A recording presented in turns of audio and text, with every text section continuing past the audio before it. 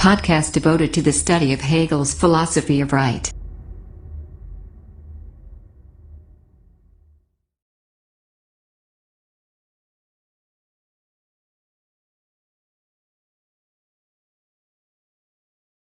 So, hi everyone, good morning, good afternoon, or good evening, whenever you are watching this. I'm supposing that you're not watching this at night. I wanted to talk to you about a paragraph, let me take a look first, paragraph 504. We come to that later. This is the philosophy of right, paragraph 114. Just to take you through the general idea of this passage, the right of the moral will contains three aspects, and we're going to take a look at the first one, which is the abstract or formal right of action.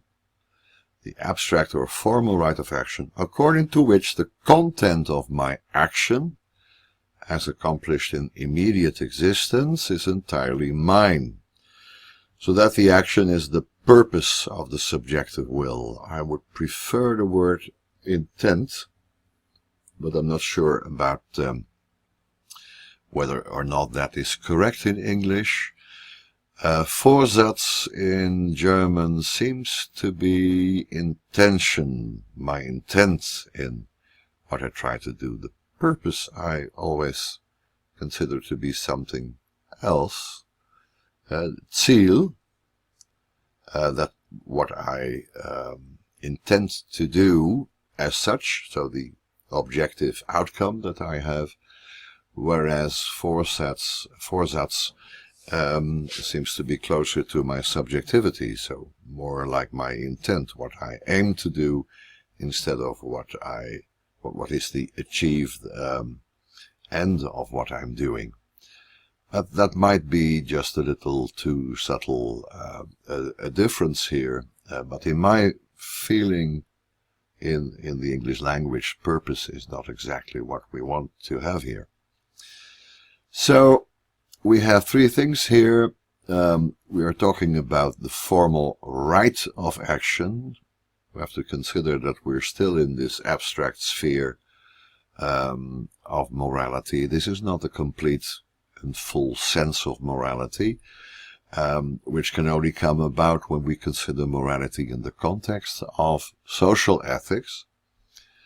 Secondly, it is accomplished in immediate existence, so we have to do with a presupposed sphere of reality in which we act, in which we change things by our own actions.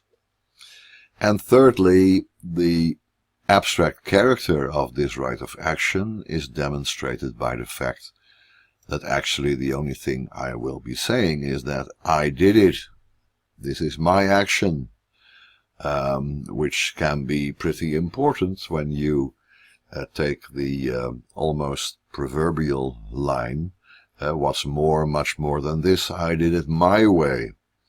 Okay, so that is the extreme expression of the subjectivity of the will, that my action is indeed my action and mine alone. There is this gap also between this being my own action in relation to the Dasein, the immediate existence of the world in which I am acting, or the thing that I accomplish in my actions. And that is the abstract or formal right of action. I have the right to act. My action is accomplished within immediate existence, and it is purely mine. Now, afterwards we will also consider, of course, in the next paragraphs, the second and third characteristic of morality. So this is the immediate element, the universal, the abstract universal. There is a particular aspect, which is the inner content, etc. And there is this element of Einzelheit, that is to say, the complete synthesis of universality and particularity, which is the individuality or the singularity of the morality. Let's take a look at the particular first. Then we have to do with the inner content. What is the determination of this immediate existence for me? So what is my intention? Now here he translates intention. Then secondly, I have a particular end in my action, and that is that I feel well. My welfare is at stake here. So what is the value of an action? Why do I find it important to act in a particular manner? And secondly, the ultimate goal of my actions is to feel well, to be well. Then thirdly, this content of my action, the content of my intent, is inward, is part of my interiority, something I am conscious of within myself. Yet it has to do with what many subjects would find to be good. It's not just my own welfare, but the welfare of other people as such. So we're going to talk about an objectivity of the intent of my action, the objective value of what I try to do, and that is the absolute end of the will. That is what I truly must will when I act as a moral being, and that is what we call the good. And of course there is a subjective universality, like in das Unrecht, injustice, where I oppose this good, and then my conscience tells me that I acted wrongly, and objectively I have acted with evil. Not particularly, not straightforward by my evil intent, but the value of my action can be considered the opposite of the good. It can be considered to be evil. So these three elements we have to work through now in order to go through morality and reach social ethics. But first we're going to take a look at this abstract or formal right of action, which in the Encyclopedia only takes up one paragraph. So here it is. This is the paragraph I want to show you now, the encyclopedic paragraph 504, with the title Der Vorsatz. As I said before, it's usually translated as the purpose, and I have a little inclination to translate it as the intent. Now let's read first of all the German, just translate it and read the German. And then we'll go to the English translation and consider more philosophically what is going on here. So let's look at the first sentence. Insofern die Handlung unmittelbar das Dasein betrifft, so ist das meinige insofern formell, als das äußerliche Dasein auch selbstständig gegen das Subjekt ist. So that's an interpretation of what abstract means here. So inasmuch the action is immediately concerned with external existence, with immediate existence, so the fact that it is my action is a formal thing. Why? Because this external existence is indeed external, is das äußerliche Dasein, and in its externality it has its own motion and importance and value. It's independent of my subjectivity. It's not something that I have posited, that this äußerliche Dasein is something that I simply find available. It's something that is simply there. We're not talking about desiring a cup of coffee anymore. We're not talking about the right to drink it, to satisfy my thirst. We're talking now about presenting a cup of coffee or making a cup of coffee, changing something in the world, and what it means at a moral stage. Presumably, making a cup of coffee is not a thing that has moral value. However, if I am of service to someone else, or I have a contract to make a cup of coffee for someone, then of course it becomes morally important as well. But let's take a better example of a moral action. Let's say, just for the sake of the argument, we're going to talk about stopping your car for a traffic light. When the traffic light goes to red, we are under obligation to stop there.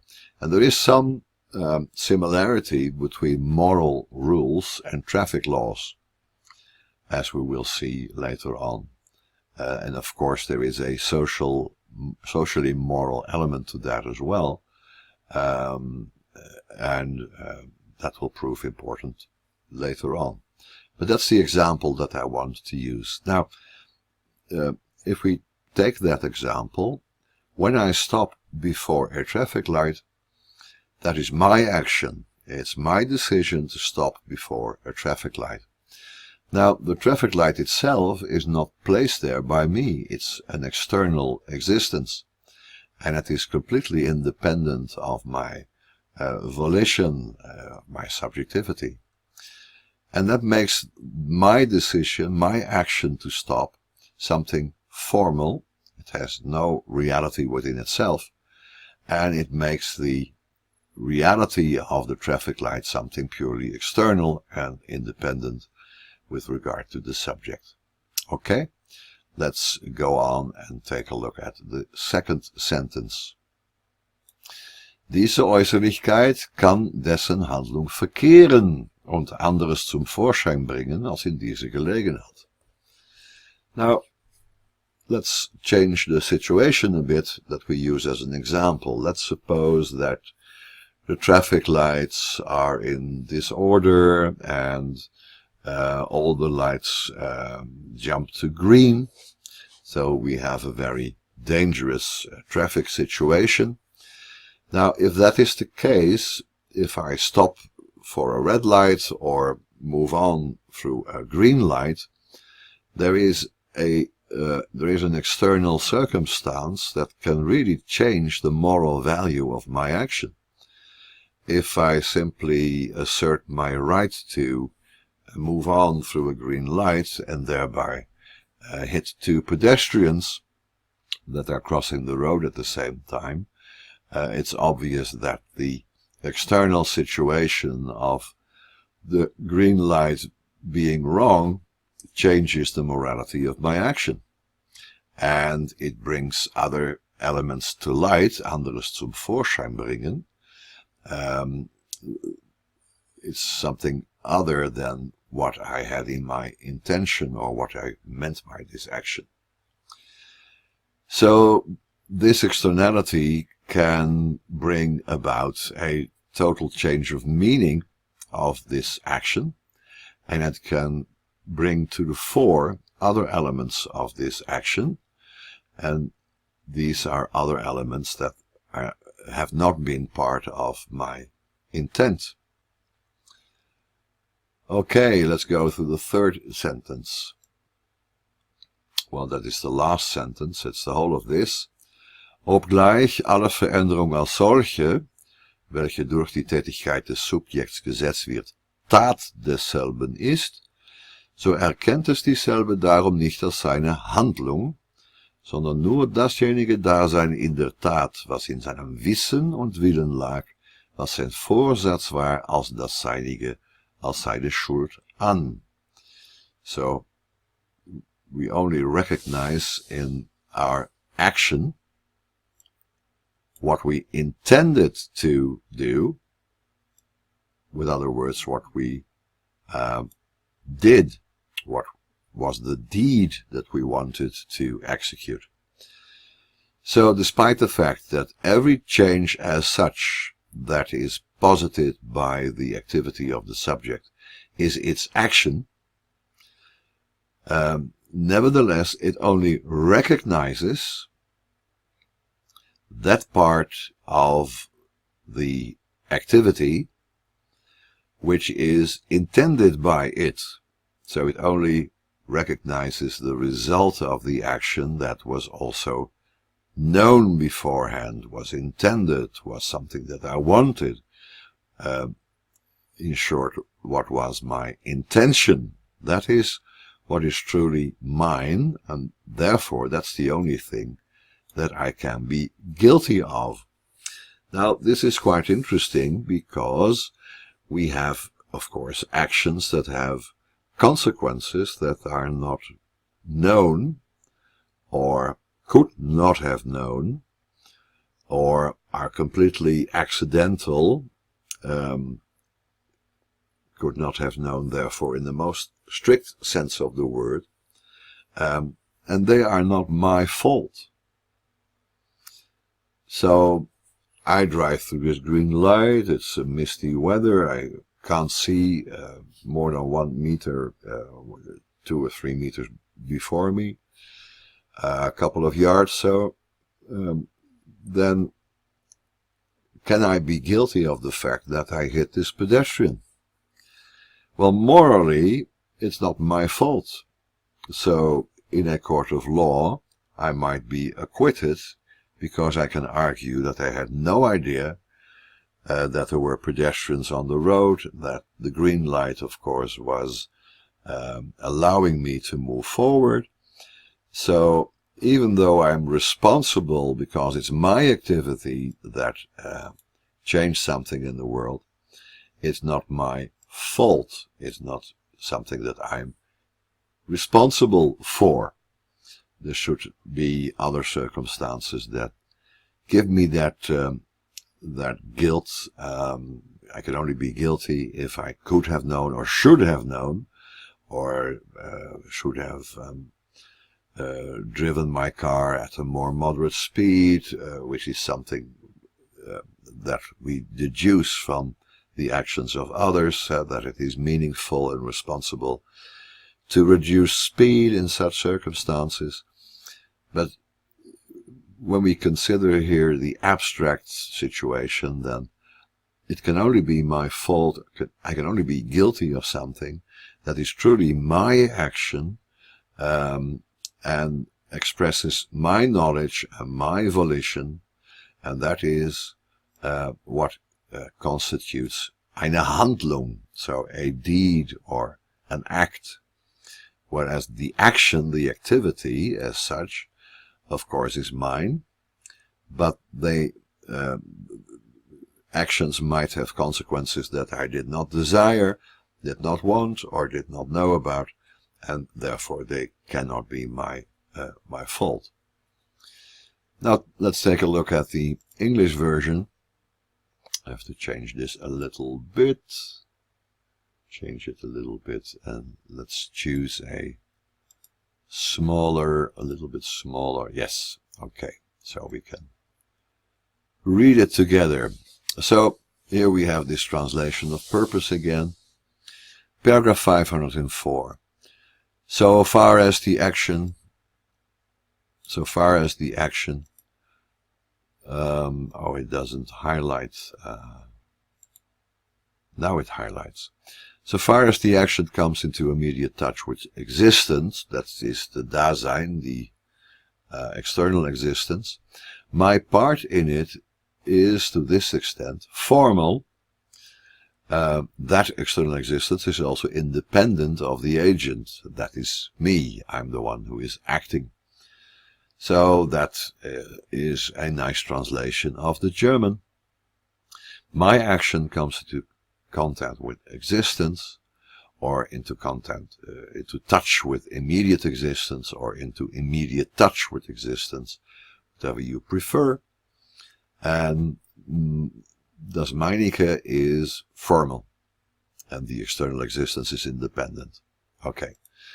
Now we have to recognize that this external element can truly mess up my action. It can pervert his action and bring to light something else than lay in it. Something can happen as a result of my action that wasn't intended by me.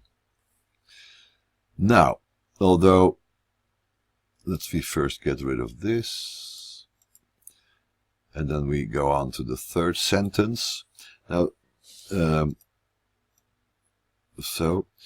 though any alteration as such which is set on foot by the subject's action is its deed, still the subject does not for that reason recognize it as its deed, this should read deed, but only admits as its own that existence in the deed which lay, that existence in the action which lay in its knowledge and will, which was its purpose. Well, not its purpose, but its intention. Only for that does it hold itself responsible. Now, only for that does it have a responsibility, not hold itself responsible. It doesn't say here. It recognizes something as its... Okay, oh yeah, we can say that. It holds itself responsible. It recognizes itself as responsible. So the recognition of my intention within my action, which is my deed, Handlung, that's the only thing I can be responsible for. Responsible, verantwortlich, in German, is not the same as Schuld, which is to be guilty of something. Okay, now in order to understand what is important here, what everyone can see is that this is a nice description of the most basic form, the most simple idea of moral action. I wanted to take a look at the philosophy of right. So we're going to paragraph 115 now. Hegel discusses the purpose and responsibility, paragraph 115, up to and including paragraph 118. And he discusses here, with this terminology, the most immediate and abstract determinations of moral action. Now, what is this? The finitude of the subjective will in the immediacy of action consists immediately in the fact that the action of the will presupposes an external object. We talked about that. With various attendant circumstances, and I cannot understand, cannot know in advance all these attendant circumstances. The external reality is much too complicated to know what precisely the effect of my action will be. Now, the deed, which is the moral action, posits an alteration to this given existence. Like in making a cup of coffee, or driving past a traffic light. And the will is entirely responsible for it, for the deed, not for the action, but for the deed, insofar as the abstract predicate mine attaches to the existence so altered. So here he says that when I can if I make the cup of coffee, and what comes out of my actions is a cup of coffee, and that is the result of my action.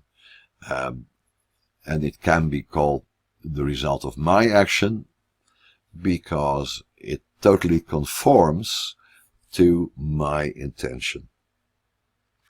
Now, in the Zusatz, immediately we find this, an event, let me highlight this, an event or a situation which has arisen is a concrete external actuality, which accordingly has an indeterminable number of attendant circumstances. So I don't know everything that is going on.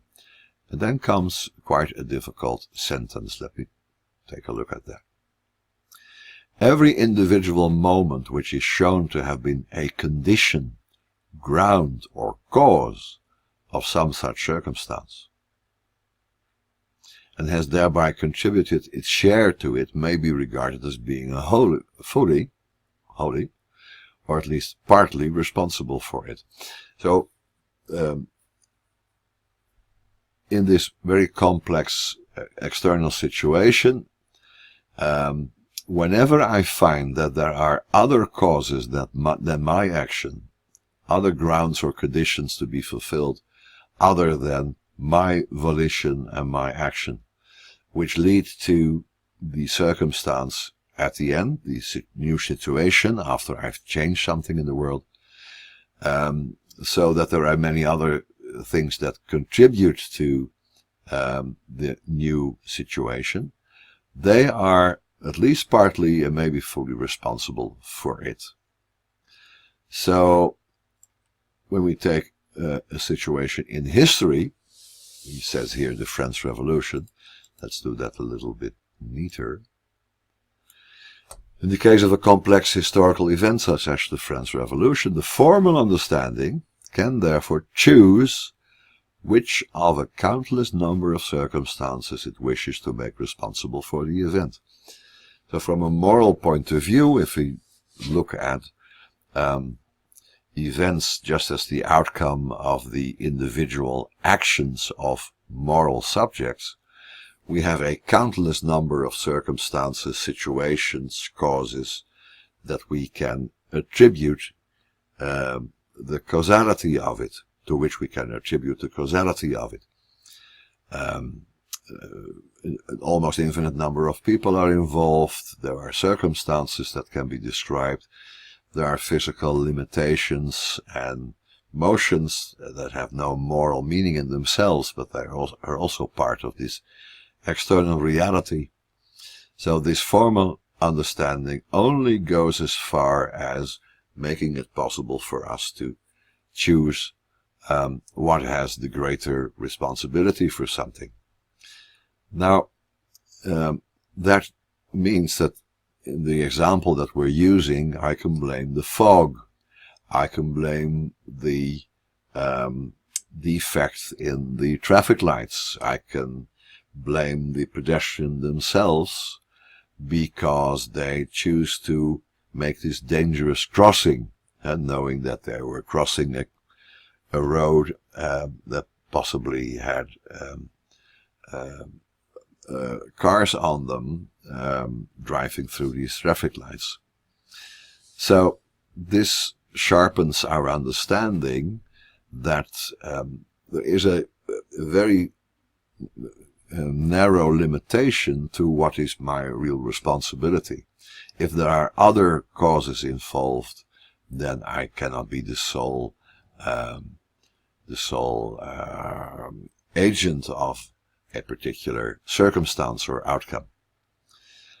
Now, paragraph 116 discusses the innocence of the will. It is, let me highlight it first. It is admittedly not of my doing if damage is caused to others by things of which I am the owner, and which as external objects exist and function within a varied context, as may even be the case with myself as a mechanical body or living entity. When I fall off a ladder and I hit some pedestrian walking below that ladder, it's obvious that my body is not the agent, the full responsible agent of any damage that that pedestrian has to cope with. But what if I am the owner of a herd of sheep, and those sheep break through their fences and they come onto the property of my neighbor and they eat all his wonderful pumpkins that he was preparing for some country competition. And now he will lose that competition because all his pumpkins are damaged. Now, that is a question to be considered. In to what degree am I responsible for the actions of my sheep. But the damage is more or less my fault, which has to be determined by a court of law, because the things which caused it are after all mine. So that is the first and basic thing. They are my sheep, so the damage that they inflict upon others is my responsibility. Although they are in turn only more or less subject to my control. Well, in this case, I might argue that the fence was destroyed by my neighbor and then my sheep went to the other side. I can't be expected to control all my sheep, and he shouldn't have ripped out part of that fence. So that is a judgment call. Could I have known that these sheep would have made that damage, then I am more to blame for what they did. And if I couldn't have known, and there is really something very odd going on, someone else has opened the gate or broke the fence, then of course it's less and less my fault. So paragraph 116 says that there is a possible innocence of my volition, even though we have an action here that is mine, in the sense that something that I own has this activity for which I am in principle responsible.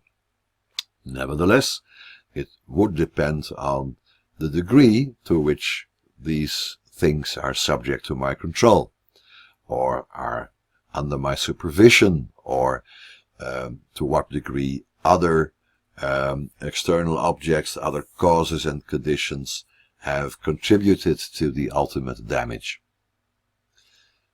Now let's move on to paragraph 117 of the philosophy of right.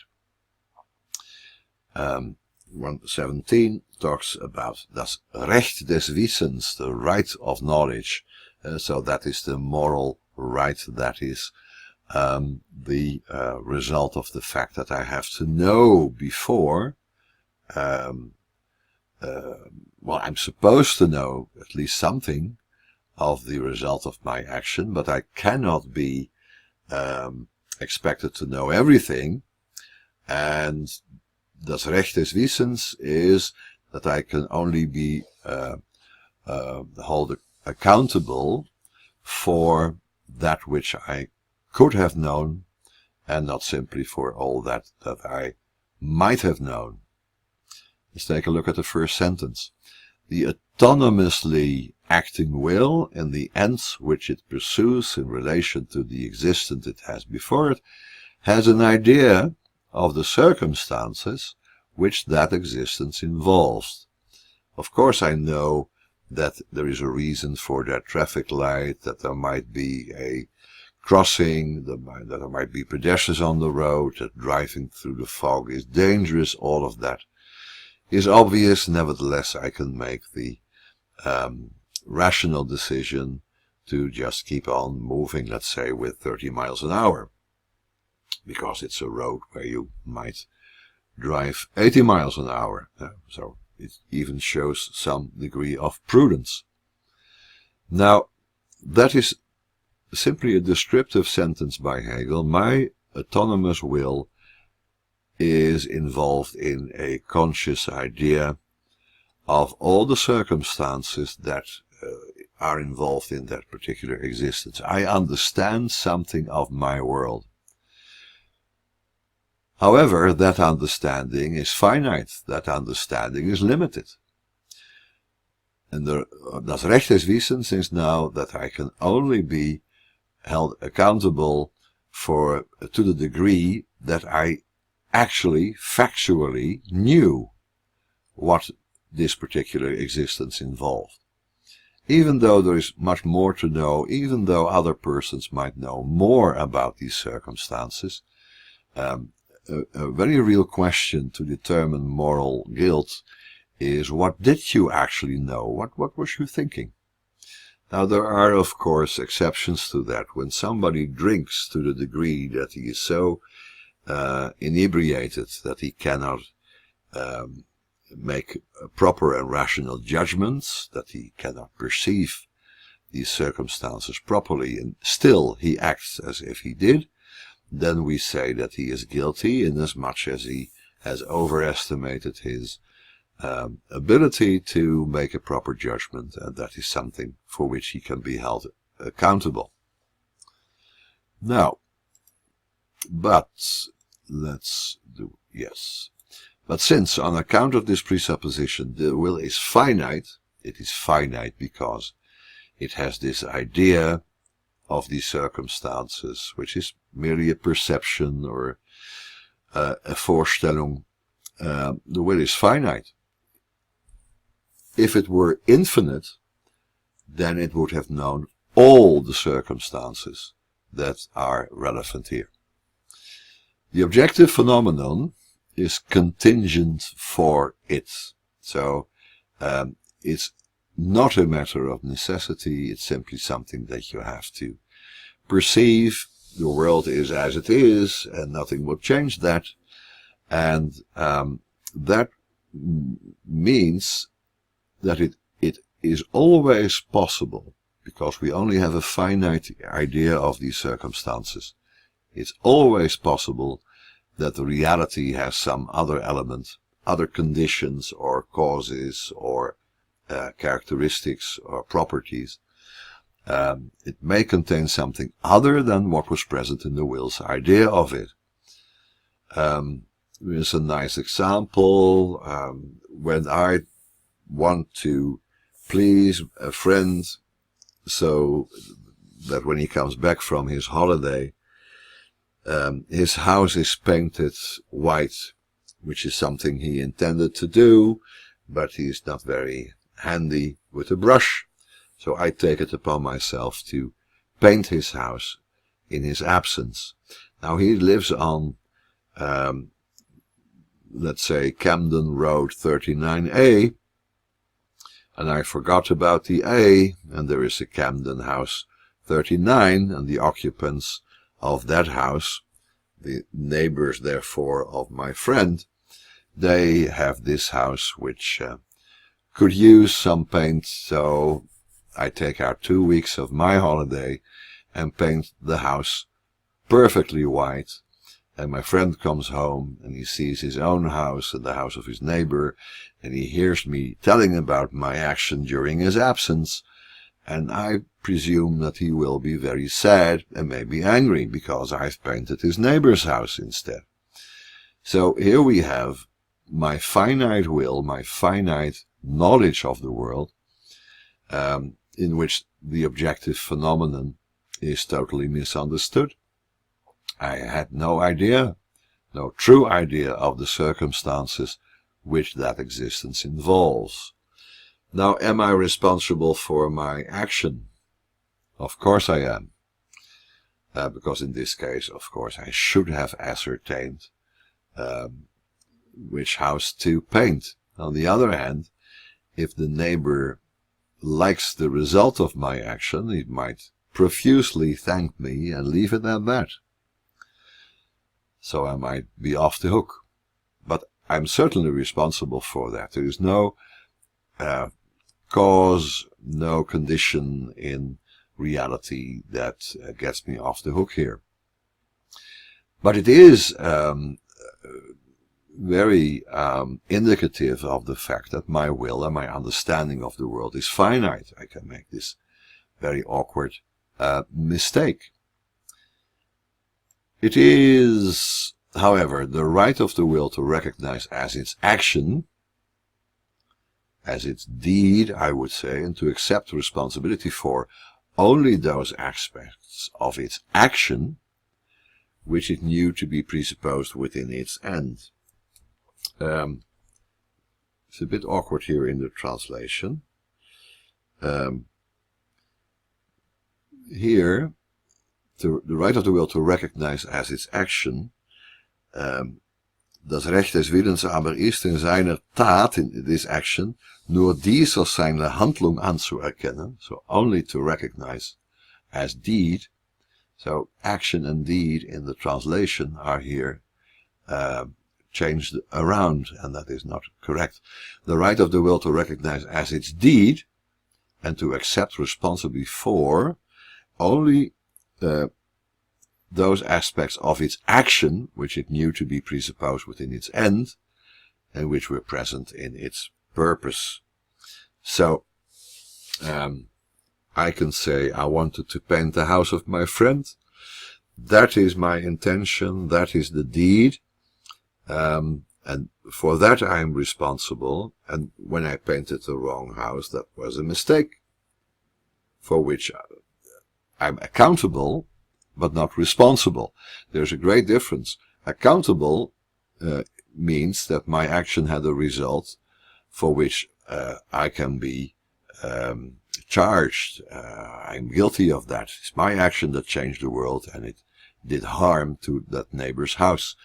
I'm not morally responsible because that was not within my intention. So morally, I might be off the hook, but legally, I'm not. Now, to continue, I could be made accountable for a deed only if my will was responsible for it, and that is the right of knowledge. Accountable for a deed, zugerechnet werden, means here morally accountable. So someone can say that I did something evil only if my will was responsible for it. That is to say, if I intended to do exactly that. Let's go to paragraph 118 in The Philosophy is Right, which is the last paragraph in which Hegel discusses this. There we have not the right of knowledge, but the right of the will. Let's consider this. Furthermore, action has multiple consequences insofar as it is translated into external existence. Again, Hegel uses the word Handlung, which should be translated by act or deed.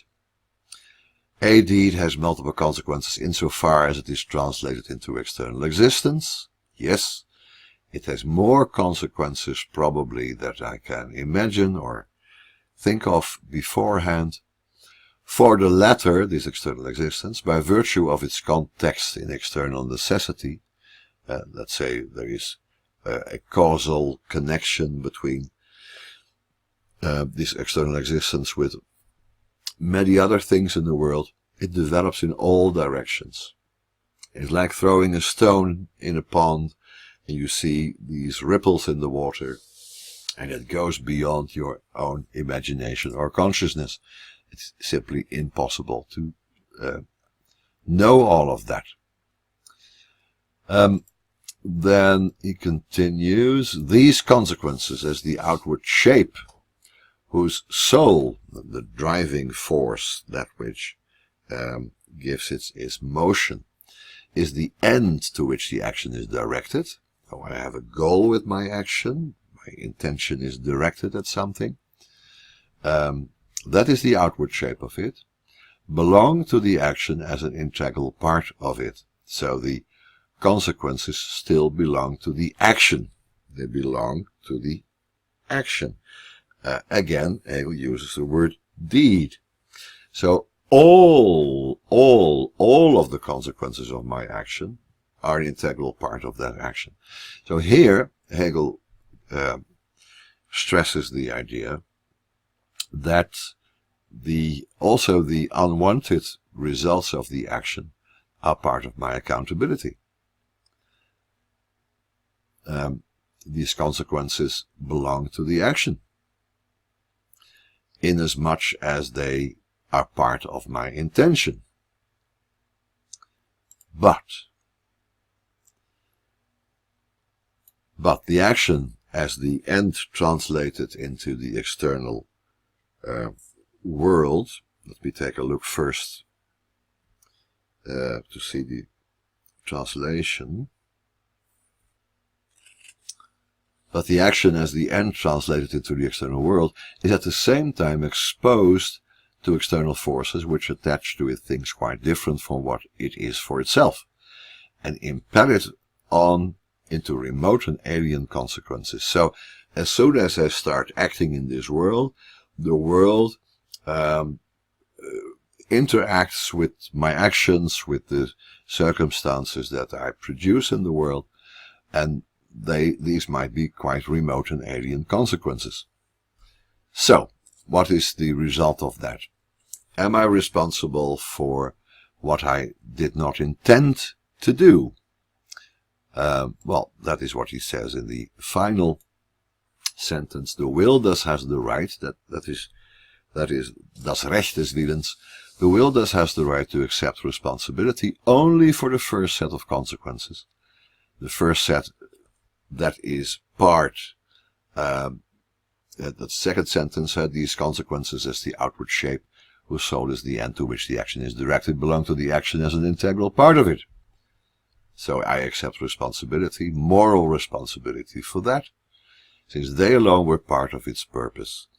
Nevertheless, I can be forced to accept accountability also for the second set of consequences, since that my action is the cause of this second set of consequences.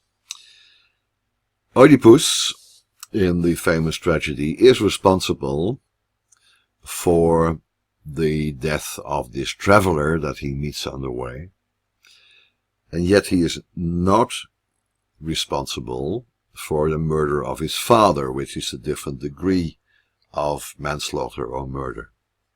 Why not? Because in the first instance it is presumed that it is a righteous act, since, well, this man on the road was pretty obnoxious to him, which is in itself a weird interpretation, but okay, that's part of the tragedy. But he was not responsible for patricide, simply because he did not know that it was his father, and that it had the consequence that his mother was now a widow, and that had as a consequence that they possibly would fall in love, or that he would marry her, and then he was also incestuous. So Oedipus must accept responsibility only for that which he could know. Nevertheless, the whole tragedy is about the fact that he is made accountable, nevertheless, by his inner conscience, but also by the law of the gods. He is made accountable also for consequences that he was not responsible for, but that in a sense goes beyond the realm of morality.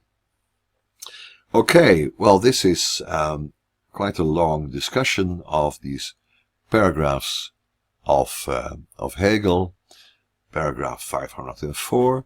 I hope you enjoyed this, and I hope to see you again next time, when we will move into the second paragraph, discussing the purpose and the good. Well, das Wohl is more the subjective good, the state of well-being. We'll take a look at that next time. I know I'm a bit slow at the moment. It takes a lot of time for me to get around to making a new video about Hegel. I've got tons and tons of other work to do, but I'm still going to move forward with this, and maybe you need all the time there is to understand this paragraph 504. Happy studying Hegel, and see you next time. Podcast devoted to the study of Hegel's philosophy of right.